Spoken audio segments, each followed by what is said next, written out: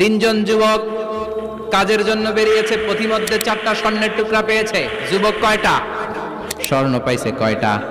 মহা খুশি, খুশিতে বাকবাকুম। 4টা স্বর্ণের বড় বড় টুকরা পেয়েছে। আমরা আজীবন খেলে বসে খেয়ে যেতে পারবো, কিচ্ছু লাগবে না আমাদের।